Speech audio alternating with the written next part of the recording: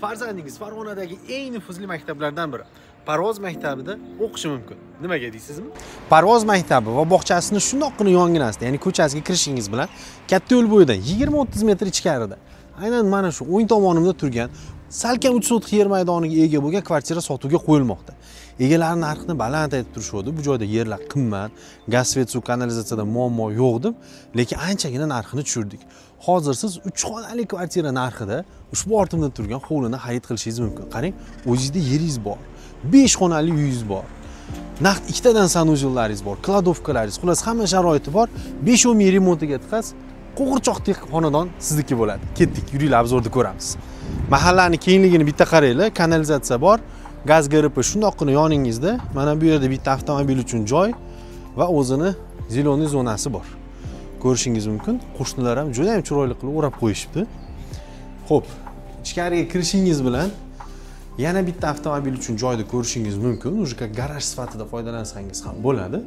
O'ng qo'limdagi birinchi xona esa birinchi mehmonxona, ya'ni erkaklar kelsa, misol xonadoningizga kattaroq marosim qilsangiz, aynan mana shu yerga olib kelishingiz mumkin. Marhamat.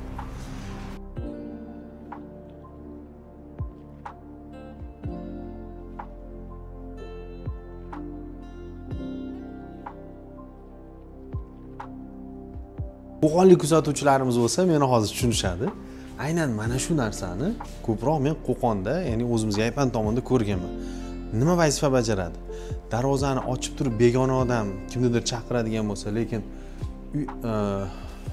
oila a'zolaringiz hovli qismida bo'lsa ko'rinishmaydi. Zo'r. Mana shu narsani qo'llanglar, ko'pchilik uyga foydali. Xo'p, hovli qismiga kirib keldik. Ko'rishingiz mumkin, kengina hovli qismi bor. Binoyimiz bir qavatli. Hamma sharoiti bor. Mana bu tomonida sizga ko'rsatib o'tadigan joyim bor. Ayvoncha qilingan, yozda maza qilib o'tiramiz deyshti. Eng oxirgi xonamizda o'zi aslida hojatxona, lekin xonadon egalari hozir kladovka sifatida foydalanishmoqda. Yuringlar, endi uyning ichini bitta obzorini ko'ramiz. Xonadonimiz ichiga ham kirib keldik. Kirishingiz bilan katta zalni ko'rishingiz mumkin. Oilaviy zona. Ham o'zlari ovqatlanib, mehmon kelsa ham kutib, televizor ko'rib dam olishlari mumkin bo'ladi. Keling, bu tomondagi xonadan boshlaymiz. Bu yerda oshxona mavjud. Remont holati yaxshi. Baribir o'zingizga moslaysiz. Istalgan yangi xonadonni olsangiz ham o'zingizga moslaysiz. Bir 5-10 ming dollar atrofida remontiga pul tiksangiz, ushbu xonadon vasha zo'r bo'ladi. Mana bu yerda o'zi yana bitta sanuzellari bor. Xonadon egalari kladovka va prachka sifatida foydalanishmoqda, ya'ni kir yuvish joyi.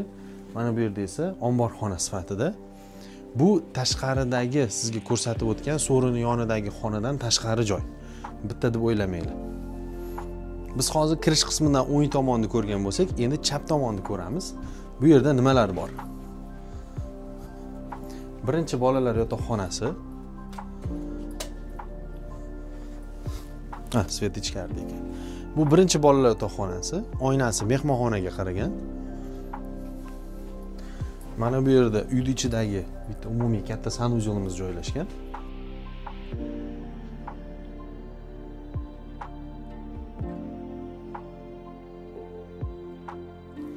Bu esa kattalar yotoqxonasi. Ushbu yotoqxonamizda oynalari ko'cha qismiga qaragan. Esingizda bo'lsa, videoni boshida ko'rsatganimdek, o'zining alohida yashil maydoni bor, archalarga qaragan.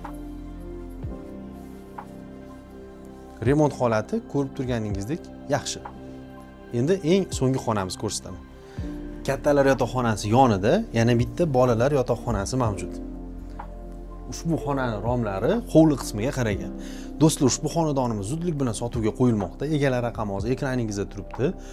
Aeroport oldidan Parvoz maktabining yonginasida shahar markaziga ham 5 daqiqalik yo'l. Atrofingizda maktab, bog'chani umuman o'ylamaysiz. Do'konlar, turli xil kafe, restoranlar ham shundoqqina atrofingizda hamma qulayliklar mavjud. Eng asosiy qismi, hozirgi kunda ko'plab problemalar bo'layotgan jarayon bu kommunikatsiya. Gaz, svet, suv, kanalizatsiyadan ushbu mahallada umuman muammo yo'q. Ekraningizdagi raqamlarga hoziroq qo'ng'iroq qiling. Narxini egalari 58.500 dollar qilib tushirtirib qo'ydik. 65.000, 70.000 atrofida narx aytib turishdi. Bu joyda nima qilsa bo'ladi? Bir 5 yil 10 yil yashab mazza qilib o'zingizga moslab remont qilib keyin bitta buzib tashlab o'zingizga moslab turib yana bir 2 qavatli kottedj solib olsangiz bo'ladi. Yana bitta ma'lumot, yonidagi qo'shnilari ham sotishlari mumkin. Endi buni kelib bir egalari bilan o'zlari bilan maslahat qilsalar ham bo'ladi. U haqida to'liq bir aniq ma'lumot ayta olmayman. To'liq ma'lumotga ega bo'lish uchun hoziroq ushbu xonadonni xarid qilish uchun ekraningizdagi raqamlarga qo'ng'iroq qiling.